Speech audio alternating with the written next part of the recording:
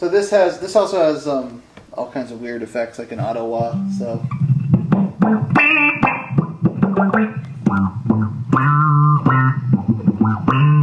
get your Bootsy Collins on.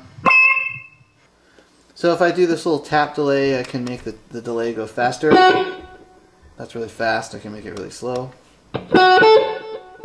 And I can determine the amount of feedback, whether there's almost none or a ton. And so this is like a little blues guitar sound that's kind of nice. We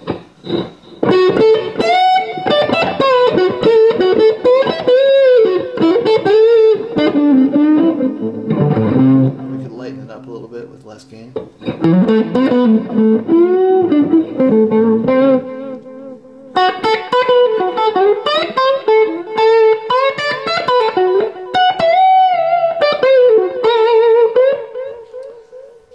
We can take off that delay if you want to just not have it at all. Step it off on a foot switch.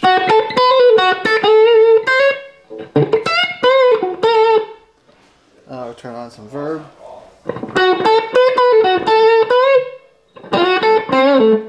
And there's, you know, studio verbs and amp verbs and all that kind of stuff. So this is a sound that has lots of chorus.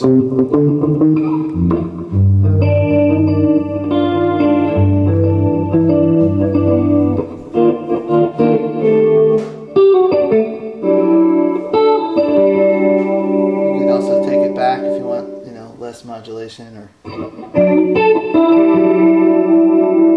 take back the speed of it or the verb. This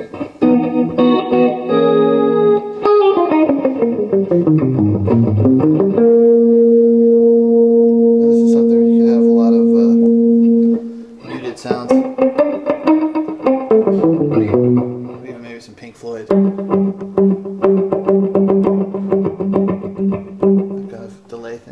So it's got a lot of different effects, and you have bass amps in there as well. They all sound really nice. It's just a good all-around way to get into your computer and you know, record with guitar amp sounds. I've used it live with this this Footcontroller, the J8. It comes with a volume pedal. It can be used for wah, and you can, you know, change sounds.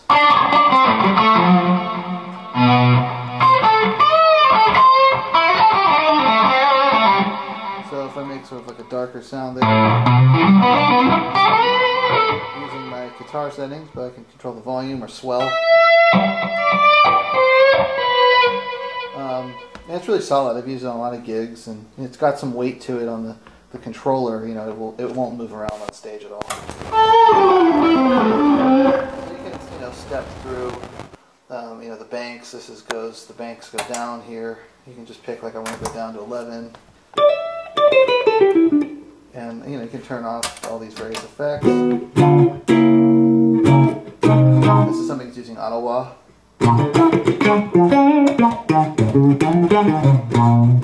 And I could turn that off.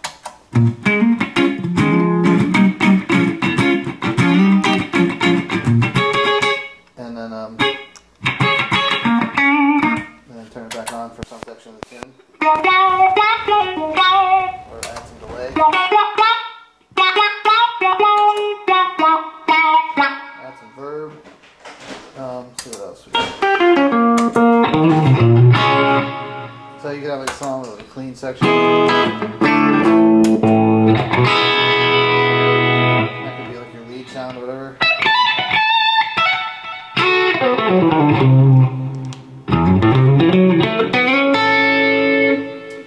We could step up to,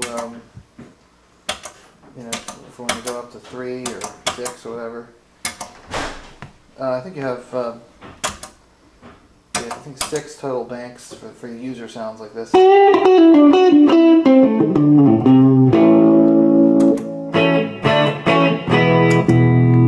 can set things on. These are all assignable.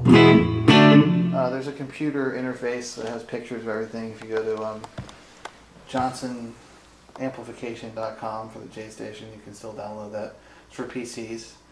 But it's pretty easy to operate this just from the J Station itself. I use this on a lot of gigs. You know, it's a great thing. It's real versatile. You can use it for any kind of gig. I also like the size. This is really lightweight.